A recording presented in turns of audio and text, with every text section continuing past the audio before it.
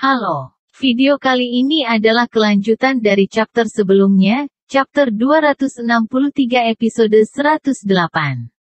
Silahkan disimak chapter selanjutnya, Swallow Star chapter 264 episode 109. Cerita yang di video berbeda dengan versi animasinya, karena ini adalah versi novel, jadi tolong dimaklumi.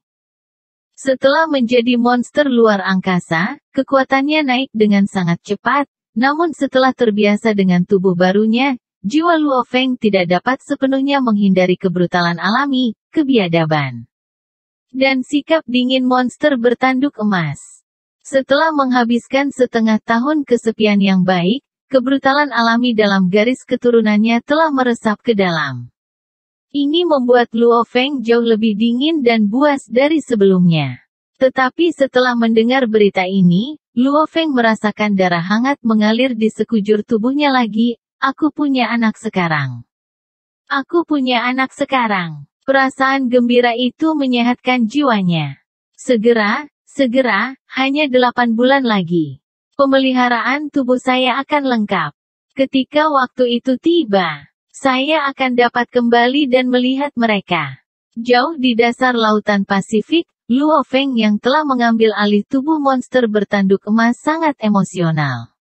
Pada saat itu, seluruh media di dunia melaporkan tentang anak-anak yang baru lahir. 1.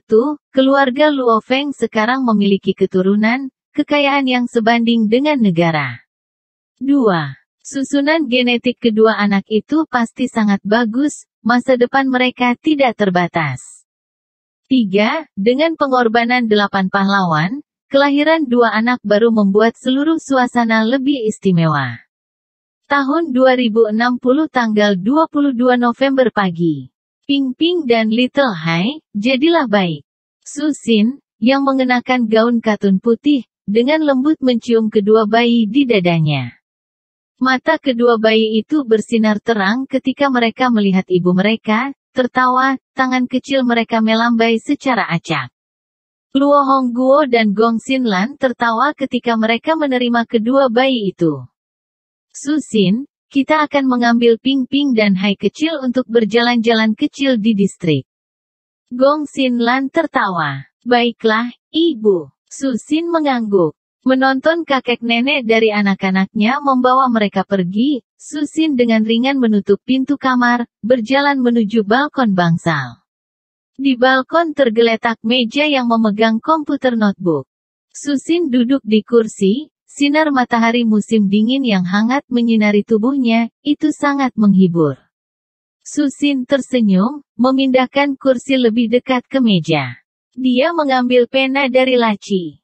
Sejak saya masih muda sampai sekarang, dengan ajaran keluarga saya selalu berpegang pada harapan tertinggi.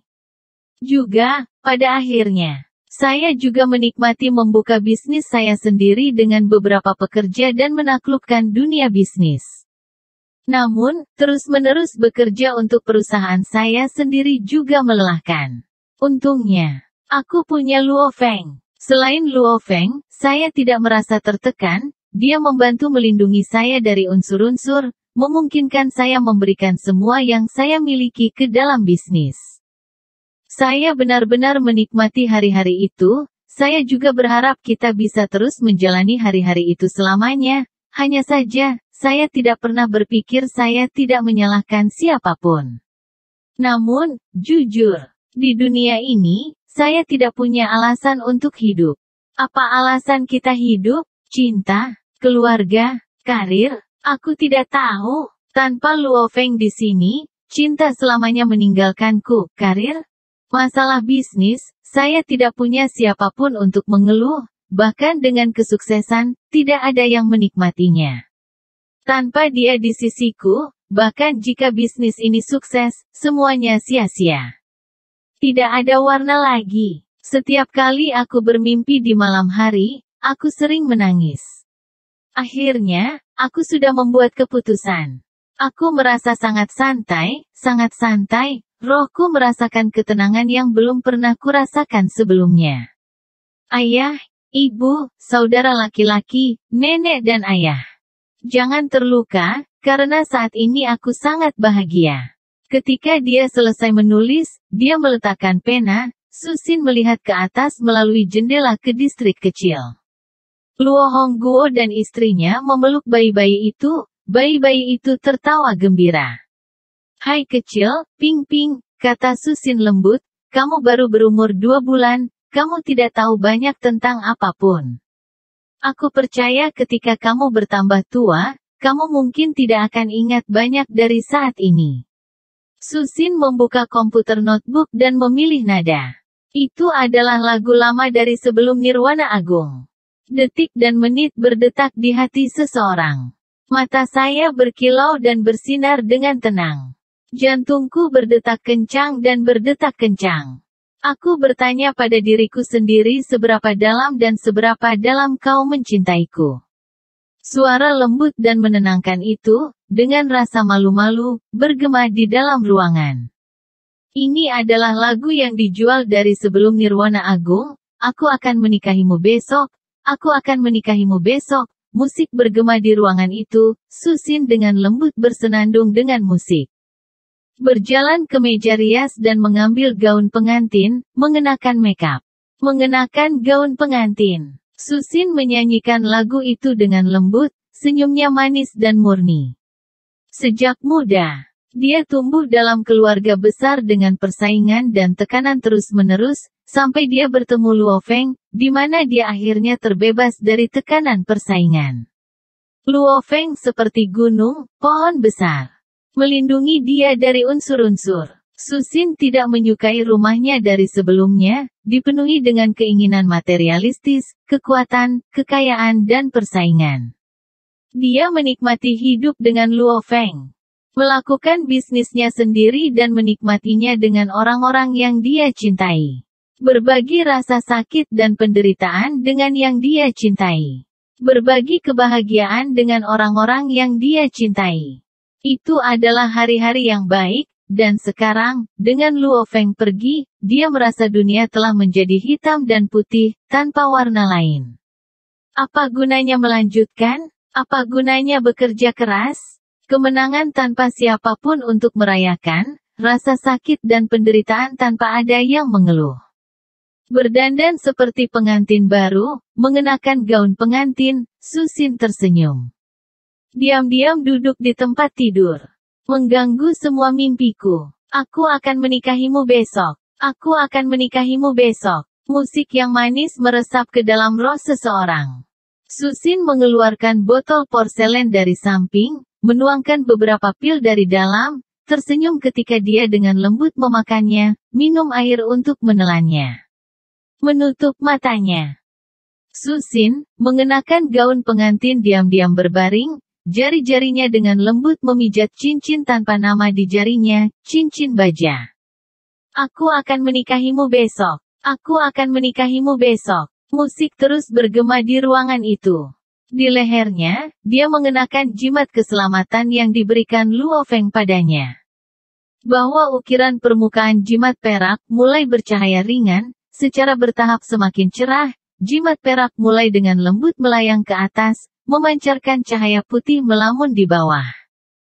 Membungkus tubuh Susin. Mengenakan gaun pengantin putih dengan cahaya putih menyelimuti seluruh tubuhnya, Susin tampak seperti malaikat. Mendadak, jimat pengaman perak perlahan mulai terbuka. Untuk sesaat, cahaya putih menjadi sangat tebal, tanpa suara atau jejak, itu benar-benar menguap menjadi tidak ada, cahaya putih tebal merembes ke tubuh Susin. Kulitnya tiba-tiba menjadi berkilau dan tembus cahaya, lebih berkilau dan berkilau dari sebelumnya, cantik dan memikat. Itu adalah keindahan yang sangat indah dan mengguncang bumi.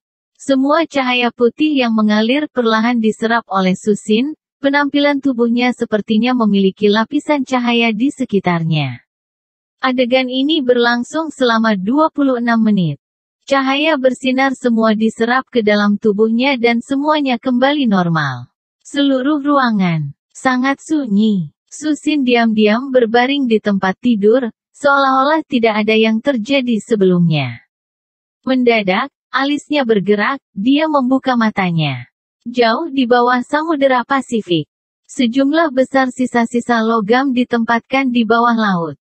Seekor binatang bertanduk emas sepanjang 280 meter berada tepat di samping tumpukan logam ini. Pupil emas besar gelapnya diisi dengan kekejaman sedingin es. Ia memperpanjang cakarnya. Sebuah ruang tanpa bentuk berdesir di sekitarnya. Segera, tumpukan besar logam tetap lenyap. Luo Feng, Luo Feng. Suara tajam jelas Babata terdengar, dia tampak sangat cemas. Ada apa? Luo Feng bertanya. Ini Susin bunuh diri. Teriak Babata. Apa? Luo Feng merasa pikirannya menjadi kosong, darah mengalir ke kepalanya. Jauh di bawah air. Murid-murid emas binatang bertanduk emas itu tiba-tiba menyilaukan, kemarahan dan kecemasan bercampur di dalamnya, ini bukan sesuatu untuk bercanda. Aku tidak bercanda, ini nyata, kata Babata. Kamu bajingan, bukankah kamu mengatakan, Susin tidak akan pernah melakukan sesuatu seperti itu? Saya awalnya mengatakan kita bisa menggunakan internet. Membuat Anda meniru suara saya dan berbicara dengannya, membuat hatinya nyaman. Apa katamu? Anda mengatakan Susin tidak akan percaya dan hanya akan berpikir saya meninggalkan AI untuk melakukannya setelah saya meninggal. Tanpa melihat saya secara langsung, dia tidak akan percaya. Baiklah. Saya akui apa yang Anda katakan punya logika. Namun, Anda berjanji kepada saya, Susin tidak akan pernah melakukan hal seperti itu. Sekarang pikiran Luo Feng terasa seperti akan meledak saat dia berbicara. Jangan khawatir, Babata, setelah melihat kemarahan Luo Feng, tahu leluconnya sudah terlalu jauh, aku belum selesai. Dia belum mati, tidak mati sama sekali. Luo Feng kaget. Apa yang terjadi? Luo Feng semakin marah. Ini seperti ini, Susin memang bunuh diri, menghancurkan tubuhnya sepenuhnya, jiwanya juga hampir menguap. Namun, jimat pasangan yang kuberikan padamu sebelum benar-benar menyelamatkannya. Saya tidak tahu apa yang sebenarnya dia lakukan, apakah itu nasib buruk. Nama asli jimat kekasih ini adalah Cinta Abadi. Kata Babata, Cinta Abadi? Luo Feng telah memperoleh cukup banyak ingatan yang diwariskan, tetapi dia tidak tahu apa itu cinta abadi. Kamu tidak tahu apa itu cinta abadi. Tapi setidaknya kamu tahu tentang tubuh abadi kan? Kata Babata. Ya, kata Luo Feng. Kehidupan manusia, rentang hidup seorang traveler star adalah lebih dari 1000 tahun. Rentang tingkat bintang adalah 1 era, tingkat semesta akan menjadi 10 era, domain lord akan 100 era dan Tuhan sektor akan menjadi 1000 era. Hanya makhluk abadi yang tidak akan pernah mati. Dari tingkat siswa 9 ke tingkat traveler bintang, ada lompatan dalam rentang hidup. Dari tingkat traveler bintang ke tingkat bintang, ada juga lompatan lain. Setiap titik kritis akan ada lompatan dalam rentang hidup. Dan dalam kategori yang sama, misalnya seorang traveler bintang level 1 ke seorang pengembara bintang level 9, perbedaan kekuatan ada ratusan kali. Tetapi tingkat kehidupan dan rentangnya sama. Selama tingkat kehidupan melonjak, seluruh tubuh seseorang akan mengalami reformasi total. Ini adalah evolusi tubuh. Jiwa manusia dapat hidup sangat lama. Normalnya, mereka dapat hidup selama 1000 era. Di sisi lain, tubuh mereka memiliki batasan, bahkan dengan perawatan dan semuanya, mereka semua masih akan mati karena usia tua pada titik tertentu. Badan traveler bintang dapat mempertahankan dirinya sendiri selama sekitar 1000 tahun atau lebih, tingkat bintang dapat naik ke 1 era, hanya sampai tingkat penguasa sektor. Mereka memiliki dunia internal mereka sendiri, dengan itu mereka dapat menyerap sumber energi luar, terus-menerus membangkitkan kembali energi mereka. Tubuh fisik tidak pernah menua. Ketika itu terjadi, maka semuanya terserah pada jiwa. Batas jiwa adalah 1000 era.